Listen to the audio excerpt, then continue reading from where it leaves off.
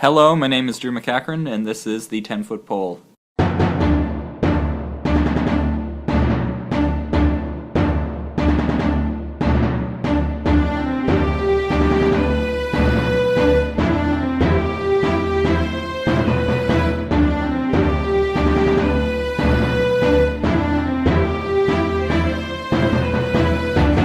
Thank you to Joseph Ong for providing us with our intro song as always, and any views expressed in this podcast are not necessarily those of the Cadre and the UPEI Student Union. Religion is not as mainstream a force in Canadian society as it once was. For many, faith has just become a personal choice with no relevance for societal issues or challenges. However, this is an alien notion to many faith traditions, including Catholicism, which has a deep philosophical tradition. This tradition attempts to use Catholicism and philosophy to engage with the world on many issues, including moral ones. Today we're talking to Renee Fair, a philosophy student and a Catholic, about Catholic moral philosophy as well as its implications for moral issues, in this case, euthanasia. Hello, Renee. Hi there. Okay, so I guess starting off, in case you couldn't tell from the intro, where I kind of tried to capture the cultural zeitgeist, many people would say religion and philosophy, religion and reason, faith and reason, what do they have to do with each other? So I was wondering if you could maybe attempt at least to summarize the connection between faith and reason and why they are not contradictory. Absolutely. So at least in the Catholic tradition, we've always tried to distinguish between faith and reason and to show that there is no necessary inherent, there's nothing in them that keeps them at odds with each other. So the Church has always, since its birth, condemned blind faith. So you'll see this a lot in the sort of the secular literature, especially in the new atheist types, that all faith is blind faith. But this is something that the Church has gone out of its way to sort of condemn. When the Church encourages its people to have faith, the Church doesn't mean blind faith. In fact, the Church says that blind faith is a sort of superstition, or even so far as to say that it can be a sin. The way I see faith, and faith is very hard to define. It means very different things in very different contexts. So I'm going to sort of give my own definition of faith and how I see it, but just keep in mind that this definition isn't comprehensive, and it's sort of, Renee's version from what he can glean from the Catholic literature and his own personal life. So I sort of see faith as believing what reason has revealed, no matter what. So, the Church holds that reason alone can show you that there is a God, and reason alone, well, together with the historical reality of Christ's resurrection, can show that, Christ is his Son, and that we ought to believe in the Church and follow the Church. So there are times when this might get very difficult. There's times when you might have some existential doubts, not necessarily based on reason, because again, reason alone will show you that you have to do these things. But faith is just kind of holding on to that. One good example I like to use is, you just broke up with your ex-girlfriend because you just converted. This is an example from my own life. And you spend the next few days just wallowing in doubt, like, oh, have I done the right thing? What should I do? But faith is really, reason would bring you to that conversion. Faith is sort of sticking to it when you have those doubts and when it gets really hard. And just knowing that, on the other side it's going to be okay, and all those reasons will still be there. Okay. Before we move on to other topics, I'm just going to throw something out, and I want you to tell me if I'm kind of on the right track. St. Thomas Aquinas is a key figure in the Catholic tradition of faith and reason, correct? Absolutely. Am I correct in saying, and this is just from my own studies, that Aquinas takes the view that there are two kinds of theologies, which is the study of God, natural and sacred theology. And what he kind of says is natural theology are the things about God that we can learn through reason alone, so the existence of God, and he has arguments for that, etc. Yeah. And then there's sacred theology, which has to do with things that come about through revelation and faith, which Aquinas says you can't prove by faith, but faith can you can't prove by reason, but reason can show you that it is not contradictory or somehow incoherent to hold those views. Yeah. Would you say that's an accurate summary as well? Yeah, I would say that's right. So, yeah, definitely sacred theology is not something that reason can show you or show that it's right, but it's definitely revelation that shows that. Okay. For those who don't know, because I don't know who's listening, but they may not be philosophy students, there's a lot of different trends and schools of thought in philosophy. Could you kind of talk a little bit about the influences on Catholic philosophy, what kind of philosophical schools it comes from, or a lot of the presumptions it tends to take? Absolutely. So, definitely historically, the Church has sort of adopted Thomas Aquinas and his philosophy as sort of, quote-unquote, the official philosophy of the Church. And this goes back to Thomas himself. He definitely was heavily influenced on Aristotle. So the Church's philosophy kind of goes back to the ancient Greeks who, were around before even Christ was. As far as the different schools of philosophy, I mean, the Church dabbles in absolutely everything. So, politics is big social philosophy. You can see this a lot in Pope John Paul II. He wrote a lot on social philosophy. Ethics is a big one. Even, I wouldn't be surprised if there's a little bit of a epistemology in there yet too. But it's sort of, the Church is around to guide people to sainthood, and whatever would help in that respect, the Church would kind of try to be a guiding light. So. Okay. Just before we move on to a little bit of applied Catholic theology, would you be able to talk to us a little bit about the method that is used in Catholic theology? It might tap in a little bit to that natural and sacred theology we talked about before, but is there a specific way of doing philosophy within the Catholic tradition? You just want to know about moral philosophy? Why not with moral philosophy, right. Yeah. So there is a certain, I guess you could call it a formula that the Church has taught, then this comes from Aquinas, to help one determine whether certain moral actions are morally good or morally wrong, or maybe even morally neutral. And with any action you can look at, there's three parts to every action. There's the object, the intention, and the circumstances. So the object, I like to think of it as the basic material description of what one is doing. So helping an old lady cross the street, the object of that act would be helping an old lady across the street. The intention would be, maybe you just want to help her out, or maybe you want to mug her on the other side because it's slightly darker. So it's whatever your intention is. Circumstances are, kind of self-explanatory. It's sort of these other properties of the act that might come into play. So we might imagine that, the old lady doesn't want to cross the street. So that would be a circumstance you'd have to take into consideration. The Church teaches that the object of the act is primary. So like a morally corrupt object can never be made right by noble intentions or noble circumstances. So, if you're if you tell a lie, your intention could be to save lives, but telling a lie is in itself a bad object. It's something that's not reconcilable with God, something that's inherently ordered away from God. So the Church would teach that any and all lying would be something that's bad, no matter your intentions or the circumstances around it.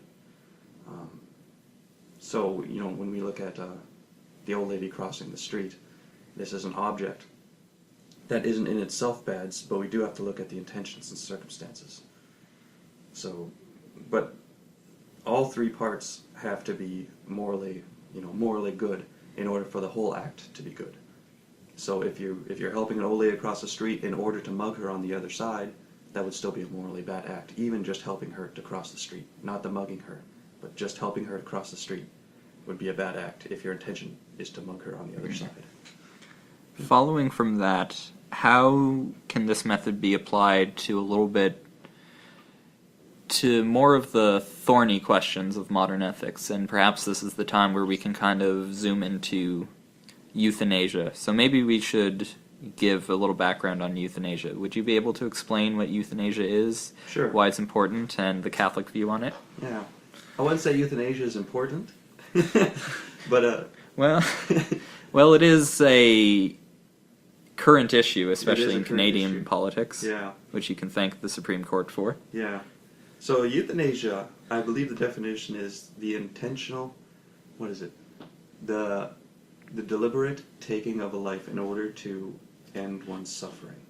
So it would be different from assisted suicide, but euthanasia is... Are you looking up the definition, Dan? Yeah, man. Okay. The painless killing of a patient suffering from an incurable and painful disease or in an irreversible coma. All right. Well, I wouldn't say it's in every instance it's painless, but yeah, that sounds pretty good to me. That's just Google. That's just Google. Yeah. So again, with euthanasia, we can look at the object, the intention, and the circumstances. So certainly, in most instances of euthanasia, it's definitely not the case that in every instance of euthanasia we have the patient's consent. Sometimes it's even without the patient's consent or against the patient's will. But in instances where, the patient is suffering terribly and they want to end the suffering, the only way they see how is to take their own life or to have someone take their life. The intentions, at least from one respect, look noble, and that is to end suffering. I don't know of anyone who can say that that's a bad intention.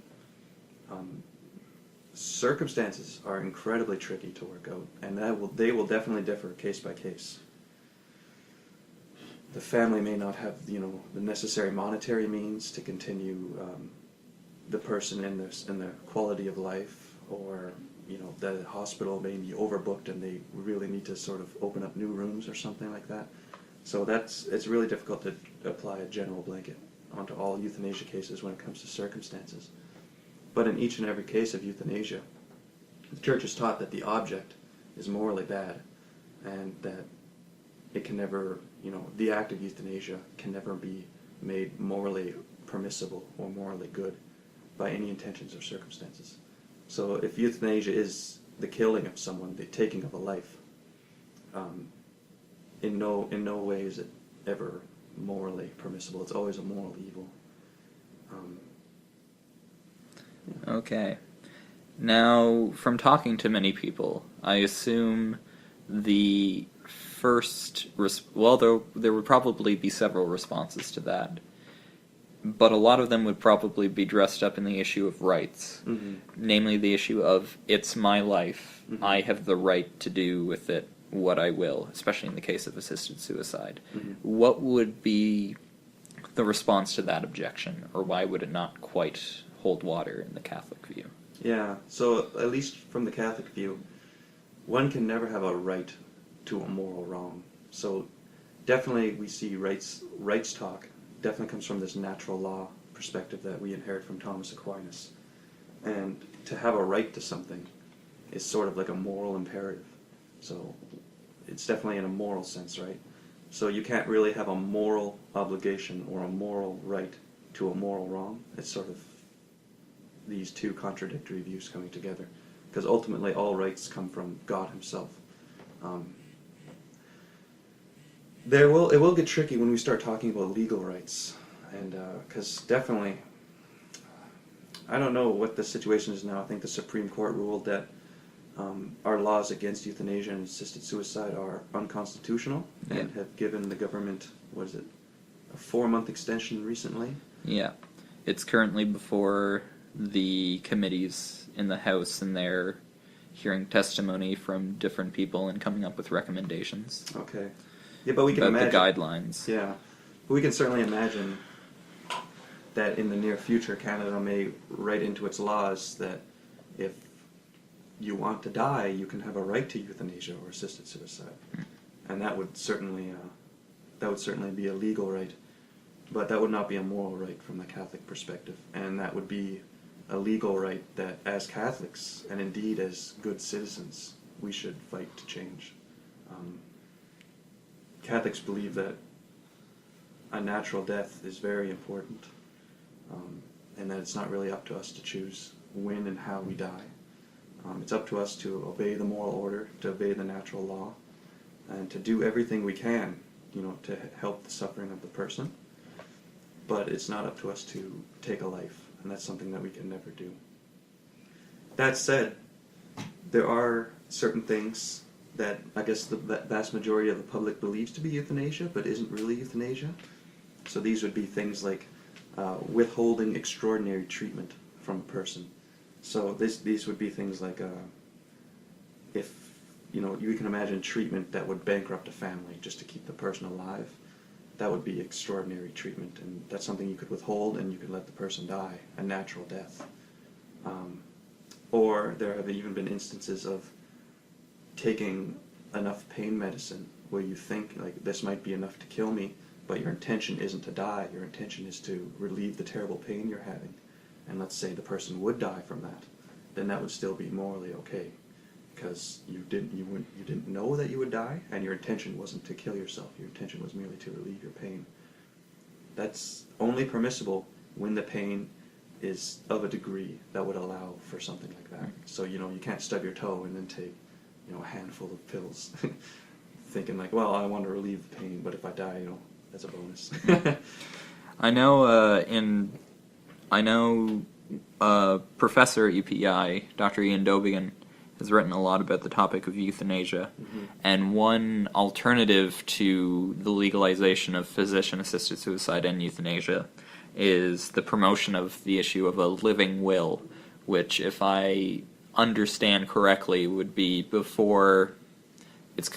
kind of like a will in general, where you would write out what you want to do in the case of death or incapacitation, and what you could do in this living will would be to say, this is the type of treatment I want if I get into a certain accident which incapacitates me. This is my will if I get into I give you permission to take me off life support or not try any of those measures to revive me or keep me living. Would that be permissible under a strictly Catholic? It certainly depends on the treatment. So I mentioned before extraordinary means. We're not obligated to do extraordinary means. But we could go against someone's living will if they say, if they're in a coma and they say, just don't feed me at all, which was how Terry Schiavo was euthanized. They just stopped feeding her and let her starve to death. So those are ordinary means, and we have to continue those means. We have to continue to feed the person, to give the person water, and continue to shelter the person. Any ordinary means that every person needs to survive. So I would look at, in the living will, what it was the person wouldn't want. If it was extraordinary means, then certainly you're not obligated to provide those. But if it was ordinary means, regardless of whether or not the person wanted them, we would be obligated to provide them. Okay. I assume another point against this view that a lot of people would suggest is that religion and faith are fundamentally a private matter, that these issues are issues of personal moral values, that it is inappropriate in a society, especially a democratic one, to force upon another person, especially in the case of law. How would you respond to that, and maybe kind of coming from that, what would be the Catholic argument for a moral order that transcends just pure value judgments? Okay. So when we look at Catholicism, and let's just imagine we're dealing with just Catholic citizens for a while. The church is really, the reason the church exists is to bring people to Christ and to sainthood. So in our completely Catholic country, the church is well at home there, in that it sort of, in its own way, it sort of influences the politics of the people in ways that will bring the people to Christ and to sainthood. But that becomes very difficult, as you rightly mentioned, in a sort of secular society like we live in today, where the church can't, outrightly say, like, no one, you shouldn't have abortions, you shouldn't use contraceptives, you shouldn't do all these things, or you should do these things. That being said, the church, we've been talking a lot about Catholic philosophy, and I think that there is no harm in considering this philosophy in the public space. We consider secular philosophies in the public space. We consider Jewish philosophy, Muslim philosophy in the public space. And what the church sees as murder is just another point of view, I think, when it comes to policy making, when it comes to making laws and there are lots of other points of view when it comes to murder there. So I think we should listen to all these points of view of what constitutes murder, abortion, euthanasia, assisted suicide, all these things. And just because it comes from a religious perspective, I don't think that's enough to throw it out or to not consider it at all. I think what the church has to say is very valuable, whether or not you believe it. It comes from a 2,000-year tradition, longer if you consider Aristotle. And we could learn a lot from it, even if at the end of the day we don't agree with it. Following from that, and perhaps going back to this distinction between natural and sacred theology, or in this case philosophy, does this Catholic... Obviously there's always a theological root, or a root in revelation and the traditions and teachings of the church. Mm-hmm. But does this specific viewpoint against euthanasia, or against this taking of a life, is it part of sacred theology, where you can only come to this opinion based upon faith, and reason kind of shows you why it's not necessarily wrong to hold this? Or is it part of a natural theology, where reason and philosophical debate can show that this is the right approach? Yeah. So definitely it has a sort of a foot in both camps. Yeah. So natural philosophy, natural law, can show that murder is wrong in every instance. But to show what constitutes murder, in many instances, I think we would rely more on sacred theology, and not necessarily what constitutes murder, but for the real sort of meat of the matter of why it is that murder is wrong. Ultimately comes down to sacred theology. So that's what I would say. But that murder is wrong, at least in a sort of superficial sense, I would say, comes from natural law, and we can know from natural philosophy. But to really get at this distinction is sort of very fine here, but to really get at why it's wrong and what it does not only to the person murdered, but to the murderer, we have to go to sacred theology. Okay. You mentioned natural law. Yeah. For those who don't know what natural law is, could you elaborate a bit upon that? Certainly. So natural law, at least as Catholics see it, is sort of the law that God has written on the hearts of all men and women. So natural law is sort of, it looks at who the human person is, and through reason alone derives certain moral oughts and ought-nots from that fact. So, if we apply, natural law to, my favorite example is a hammer, which you can't really do. It only works on people. But let's say there was a natural law of hammers. You would look at what a hammer is, what its function is, what allows it to perform that function well, and what you probably shouldn't use a hammer for, So a hammer's function is to hammer and nails, or to aid in construction, or you can think of any other things. What allows a hammer to perform its function well would be a solid head and a good handle. You don't want a glass hammer, because that wouldn't really do anything well. And you wouldn't really want to use a hammer to, knock out a dent in a car or something. Probably just make the dent worse. So in the same way, we can apply that to people. So natural law kind of, once you understand what a human person is, you can, with natural law, you sort of understand what the human person's function is, what it is that helps them to perform their function well, and what it is that maybe doesn't help them perform their function that well. That would be my... And the idea of natural law did not originate within the Catholic tradition, correct?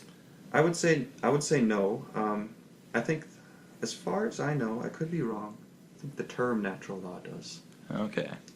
I could be wrong, but I think it would go back to Aristotle and the ancient Greeks. Yeah. So the general ideas predate Catholicism, but the specific terminology of natural law is kind of... Yeah.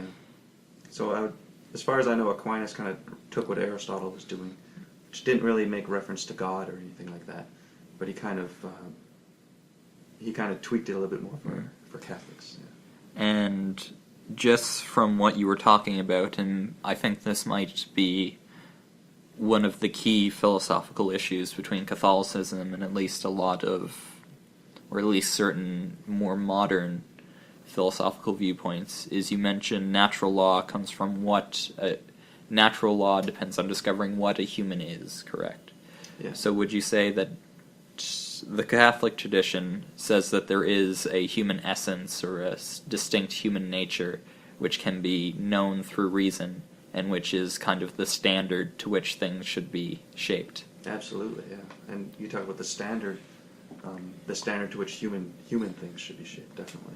Yeah. Would you have any response to people who say that there is no human nature, or at least no fundamental human nature, that it is, the social constructivists you tend to see a lot? I would say that this goes... Obviously, this is kind of a major philosophical topic, and I don't want or expect to throw that thing on you, but is there anything that you could say, maybe not necessarily even as an argument against it, but kind of perhaps a little something that could be the jumping point for people who want to think about this issue? Yeah.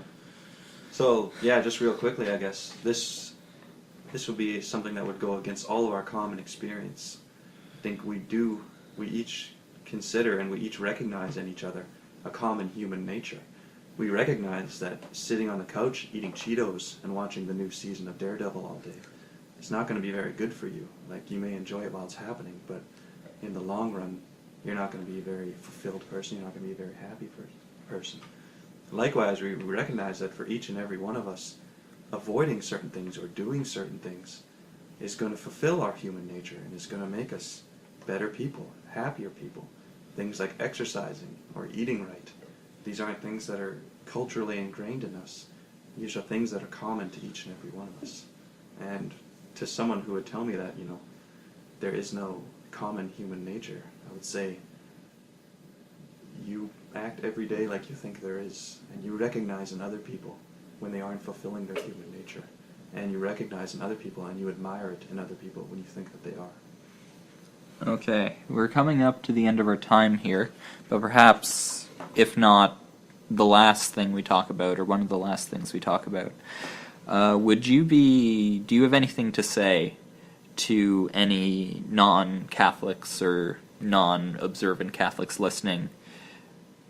What would you say to those people to suggest that there is something worthwhile in at least entertaining these notions or looking into issues of Catholic philosophy, to the people who would say that it is pointless, or that if you're not a devout Catholic, this has absolutely nothing to teach you?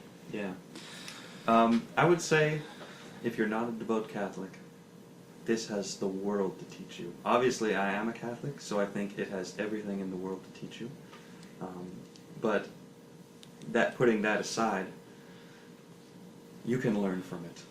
Even if at the end of the day it turns out, it's not the right worldview, you can learn a lot from it. And this is something I find more and more in other religions and other worldviews, even secular worldviews, that even though I may not agree with them, you can learn a lot from them.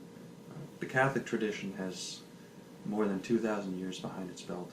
It's more than 2,000 years of people doing hard philosophy and hard theology, borrowing from other traditions, taking the best and the most true and the most loving and sort of making it their own.